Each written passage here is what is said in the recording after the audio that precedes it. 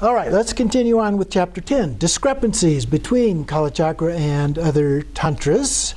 So there are a few things in here. So we're looking at the discrepancies in terms of channels, winds, and drops. So first there's a brief explanation, and he mentions, for example, that the throat chakra has 16, the crown chakra has 32 petals, and so forth. So the number of petals varies from the traditional way in which they are viewed. There are also 6 chakras instead of 4 chakras as a part of that. There are inconsistencies on page 196, second paragraph, inconsistencies of the winds. And it goes through some of those. It says that the 10 winds are similar. However, the locations and the guardians, the Buddhas, of the 5 root winds, the Vajragarland explanatory tantra says, so here's the quotation, the life-sustaining wind abides at the heart, born from the family of Akshobhya. The downwardly expelling dwelling in the secret area is born from Ratnasambhava, in the throat Amitabha, the navel Amugasiti, every limb Virachana. Doesn't mention the crown, which is kind of interesting. And so we have these guardians, which are not customary in other chakras, other tantras as well. And then furthermore, the life-sustaining wind, this is the last paragraph on this page, then before that last quote. Furthermore, the life-sustaining wind dwelling at the heart is also explained as being of two kinds, coarse and subtle. The coarse wind brings about inhalation and exhalation at the nostrils. Then, skipping a couple lines, the subtle life-sustaining wind is inseparable from the very subtle mind of clear light and is known as the indestructible mount. It dwells within the duty of the channel knot in the very center of the heart chakra. The avaduti is what's referred to. So within the central channel, the chakra at the heart. And so this is the indestructible drop, is what we've talked about it before as being in there. So that's the life-sustaining wind, subtle aspect of the life-sustaining wind. Okay? Because the life-sustaining wind, more broadly speaking, is throughout. It starts at the heart, but it goes throughout, all of the 72,000. Going on and skipping the next 3 quotes, on page 197, thus, the indestructible and very subtle wind is also described as 5 blazing rays of light. The Vajramandala ornament tantra says, in the center of the heart, the indestructible, clear and like a lamp, unchanging and extremely subtle, the syllable ah supreme. So the drop or tigli, the ah syllable. So like a lamp, that would be the rays of light that it referred to.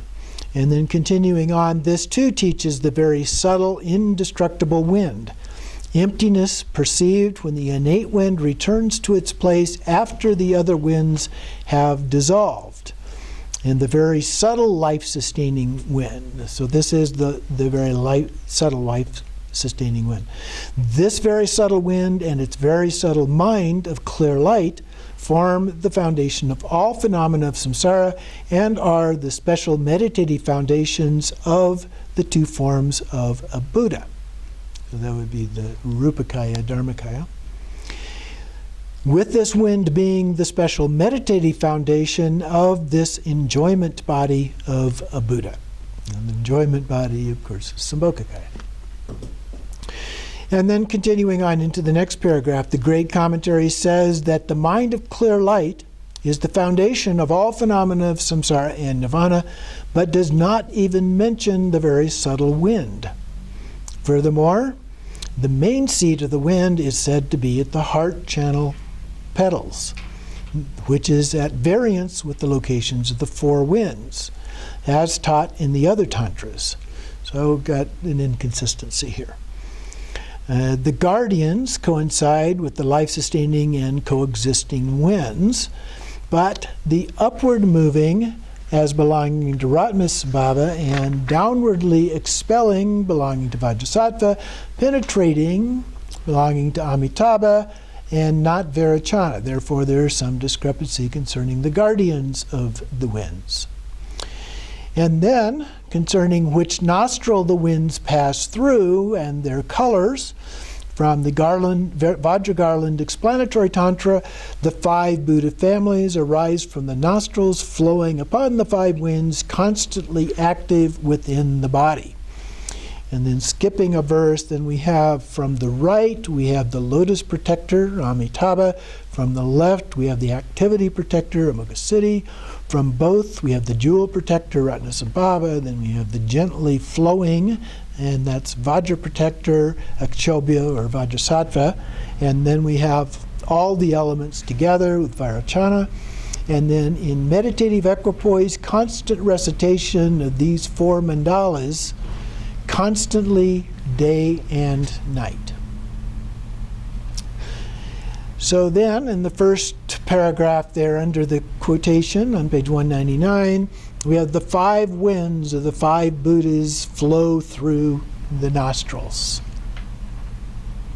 And then down at the next paragraph, the great commentary speaks of the 5 sustaining wind being of the element of space and green in color. The downwardly expelling wind, the element of gnosis, blue in color. The coexisting wind of air, black in color. Pervading wind of water element and white. Discrepancies in the colors and the elements. So there's differences among the tantras because of that as well.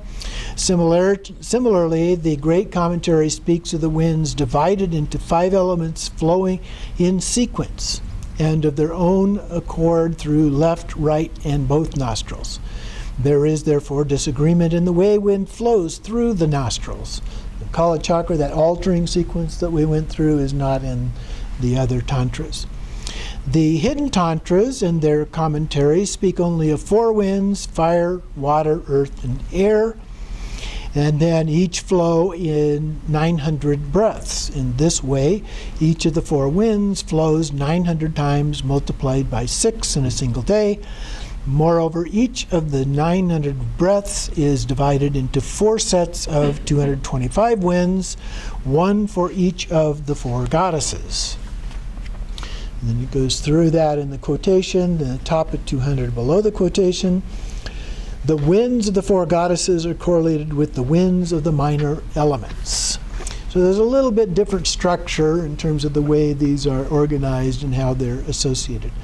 Then, also, according to the hidden tantras, apart from the time of death, there is no flow of wind in the central channel during normal existence.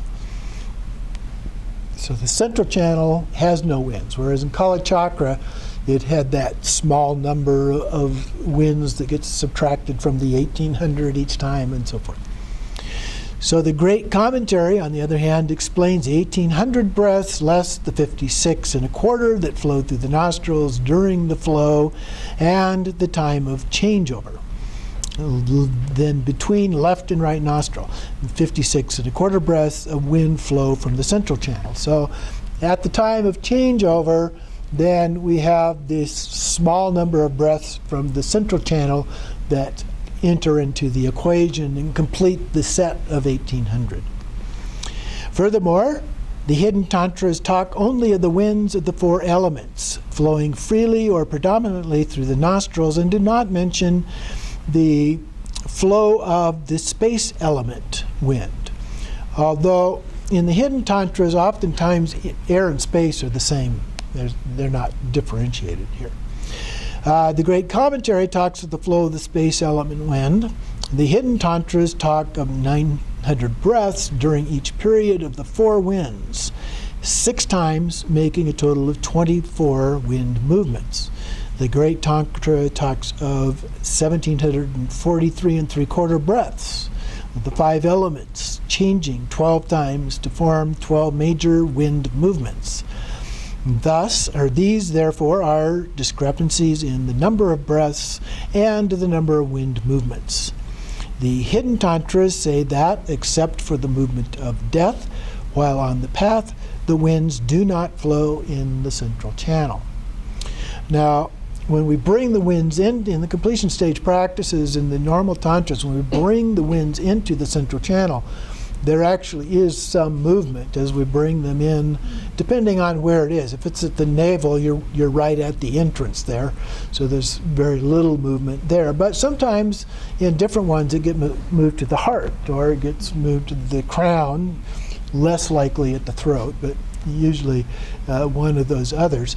Or in when we talk about the visualization with the consort, there can be a movement in the central channel of them down to the sex organs.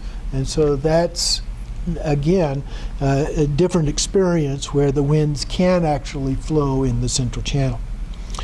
The Great Commentary says that even during normal existence, wind flows in the central channel. So these are the discrepancies. So the second aspect here is thinking behind presentations that are given here and in the other presentations, divided into two parts, starting with Abhayakara Gupta's explanation. Explanations from the hidden tantras are definitive, while those from the three Bodhisattva commentaries that comment on the Kalachakra and others are interpretive and not to be taken literally. Even Longchenpa, when he talks about these different practices, says that we should not take them literally. So it's not that, I mean, his comment here, this is just from this one particular person, says the explanations from the hidden tantras are definitive, but others don't agree with that. And then at the bottom of that same paragraph, the teachings in the Kalachakra are interpretive as they are based on the views of Shuryarata and other disciples. How are they to be interpreted? And then he quotes from the sheaves of oral transmission.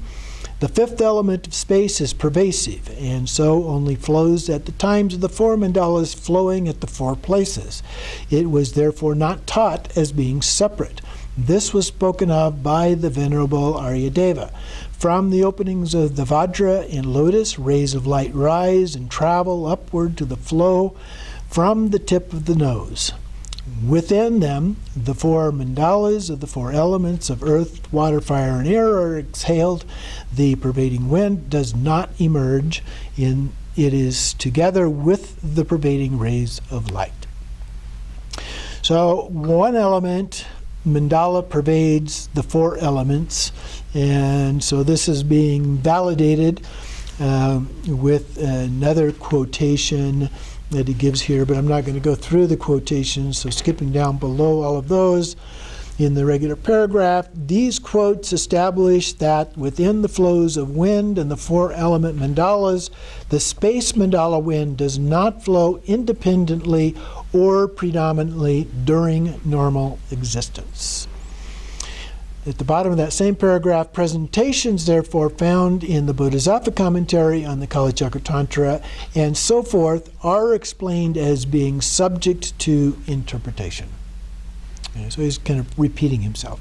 And then there's a long quote from the sheaves of oral transmission, and on page 203, down about, 8 or 9 lines. Therefore, as all contradictions have not been resolved, you may ask, what is the point of trying to resolve part of the contradictions? Those parts of the Kalachakra that do not contradict other tantras are doctrine. I follow them as I would my own. Some contradictions I have resolved because they are adapted to the minds of certain disciples. Certain people view it one way, certain people view it another way, and that's fine. As to the rest, although the contradictions are not resolved, it has been explained at the great length that there are no faults in these at all, and so therefore they are acceptable. Let go, let be. Okay, then skipping down to the next heading here, a presentation of statements by other scholars and their meanings. So some scholars say that it is not right to posit as interpretive those presentations from the Kalachakra on the formation of the world realms and on the channels and winds and so forth that conflict with the Abhidharma tradition and the hidden tantras. It were, it is, skipping something here. Oh, if it were, then parts would have to be explained from the point of view that it does not exist as literally taught. Skipping a line or two, it also becomes very difficult to settle almost anything as being literally true. Although the explanations from the Kalachakra and the hidden tantras disagree, they should both be accepted as being definitive. And then from the lantern illuminating the 5 stages, down at the very bottom of that, the last 3-4 lines, it seems difficult to say that in one tradition can be verified and that another cannot. They are taught according to the needs of disciples and should not be held as being contradictory. This is how it should be understood. And then there's a quote, short quote below that. The Vajra vehicle, in accord with the mentality of sentient beings, lies hidden as Vajra words in the King of Tantras. Thus, in the root hidden tantras, the meaning are taught in an unclear or hidden style. And of course, that's the reason that we have commentaries on those, to help explain whatever is hidden as a part of that. Then on page 205, below the quote, going down about 5 lines, 4 or 5 lines, how can conflicting presentations be taken literally? In the 2 types of tantras, the presentations on normal existence channels, winds, and so forth, and the practices of the paths of generation and completion are taught differently. And this is because they were taught on the basis of the primary intended disciples of each tantra. So they are taken literally in the context of that particular group of disciples. There are, therefore, 2 distinct presentations: Abhidharma tradition and other tantras versus Kalachakra. So then, going on to page 206.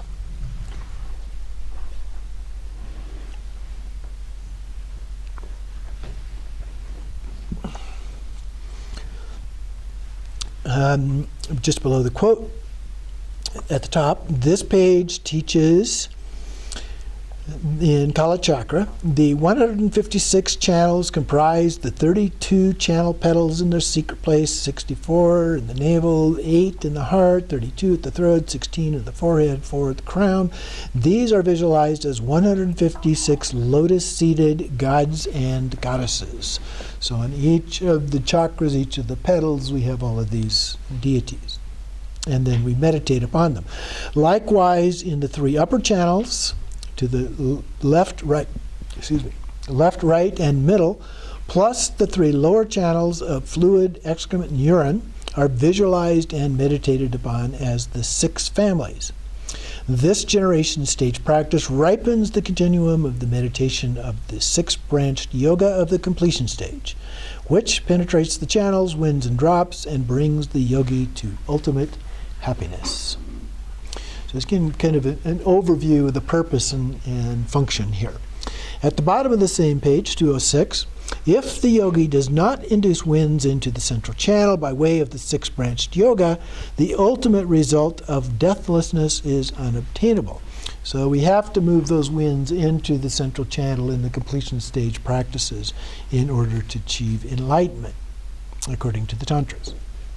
At the top of page 207, the presentation of the channels and winds, plus the stages along the paths of generation and completion, exist on the basis of their intended disciples and therefore are to be taken literally, at least in that context. Skipping down a half dozen lines, this world exists as a reality is clearly the thinking of the Tantras and Sutras. It is also the thinking of Kalachakra. And then going to the last 3 lines in that same very long paragraph. If one correlates with and focuses upon external world and an internal world of channels and so forth that do not actually exist, it will be difficult to attain any kind of result. Now that doesn't mean that they do actually exist, but if you don't visualize them as if they actually exist, okay? Because of the separate and different types of karma of the two kinds of intended disciples, differences arose in the external worlds and internal worlds of channels, winds, and so forth. Because of these differences, two ways of traveling the path arose. So this has been a brief explanation of the presentation of the inner world. So my interpretation of all of this is that you take it as literally as a practice, but not in terms of ultimate truth. But you can decide for yourself. So we'll take another short break.